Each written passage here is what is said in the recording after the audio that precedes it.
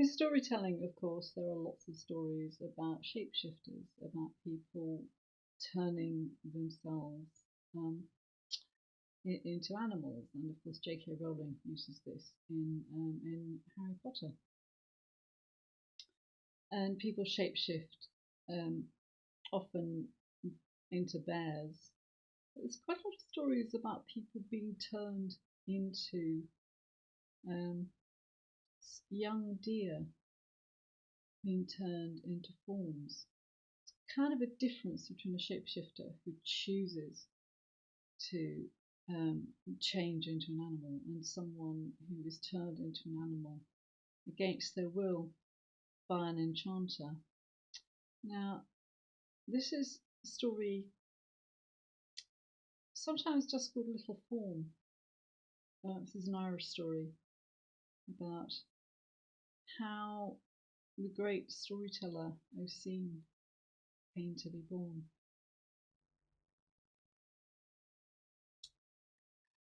The warriors of the Fianna, renowned for their prowess, their leader, Finn, was of course revered as a great warrior, a great leader, and a great hunter.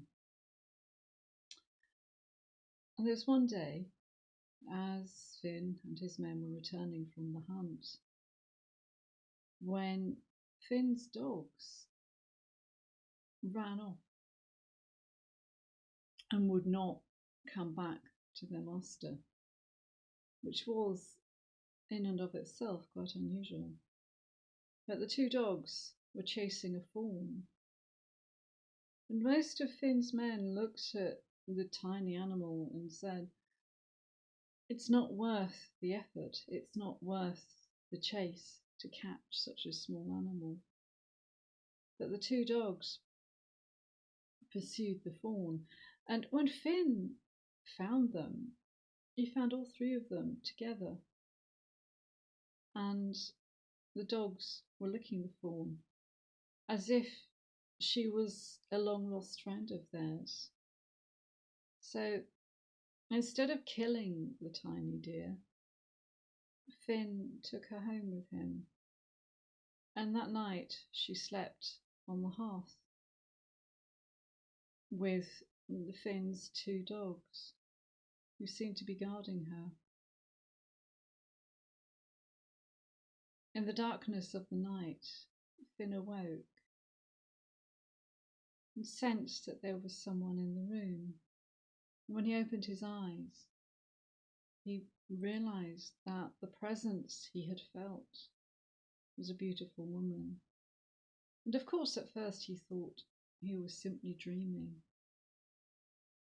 But then she began to speak to him and explained her name was Saba, and she was, indeed, as Finn suspected, the fawn that the dogs had brought home that day.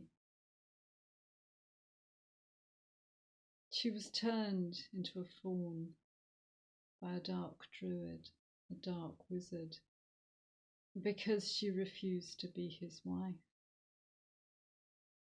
But she knew that if she could reach the home of the great warrior Fianna, there in his homestead she would be safe, and she could reclaim her own true human form, provided she didn't leave Fianna's homestead.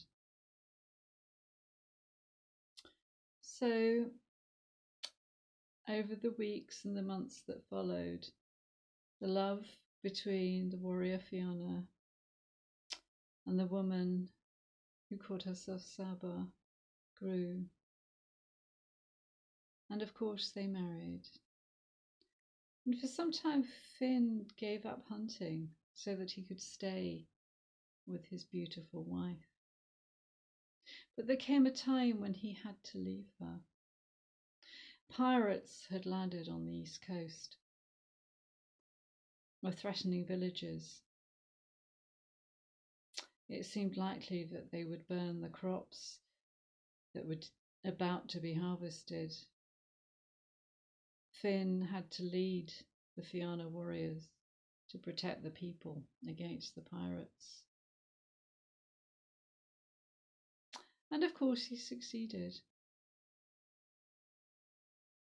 But a sense of foreboding fell over him as he returned home and rode to his own homestead.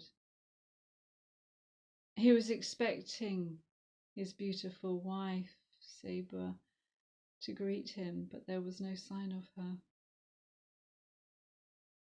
The servants avoided looking at him until finally one of them admitted, 2 days ago, a figure appeared who looked exactly like you. And Sabre ran out to greet him, and she ran out to the great ditch which encircles the homestead. And it was there that the figure we all thought was you changed into a man wearing a long black cloak. And in front of our eyes, Sabre transformed, Sabre changed into a fawn and was led away by the man in the dark cloak. We haven't seen her since. For years afterwards, Finn rode and rode and rode, endlessly searching for his wife. But after 7 years had passed, he realised that all hope was lost, that she was never coming back. And it was then that he went out hunting once more, and the dogs left the pack and ran off and led Finn to a small boy, a child certainly no more than 8, probably around 7 years old.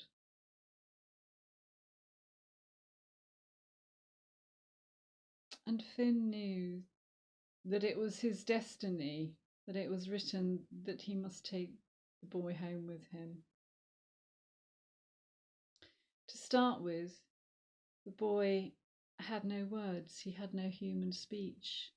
He could only make the sounds of animals, perhaps the sounds of birds. But he learned quickly, and he learned human speech. And he explained to Finn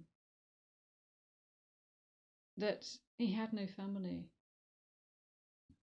The only person, the only human he had ever met was a man who wore a long, dark cloak, and who was often accompanied by a fawn. And perhaps it was the man in the long, dark cloak, or perhaps it was the fawn who left food in the cave where the boy slept. But one day, the man in the dark cloak became angry with the fawn because she tried to run away, and he enchanted her with a hazel wand. And then they left, and he never saw them again, and he was simply left alone in the woods with the animals and the birds. So Finn, of course, raised the boy as his own son, and he bore a striking resemblance to his mother, Sabre. And he was named Oseen, which means little fawn. And with time, he became a great storyteller, a great bard, as well as an excellent warrior. Perhaps it was his early years learning the speech of animals that made him able to tell stories so wonderfully. Storytellers, of course, appear in lots of stories, and of course there's always something magical. The story of Ceridwen's Cauldron and the birth of Taliesin is a great favourite, certainly one I really enjoy telling. Here we are. Stories are often about stories themselves. More stories coming up, so please do subscribe to my channel and do have a go at this yourself, because stories like to be told and they like to travel. Writing a story down is like putting a butterfly on a pinboard, or perhaps maybe keeping a fawn in a cage. Anyway, hope to see you again soon. May your life be full of magic. Take care.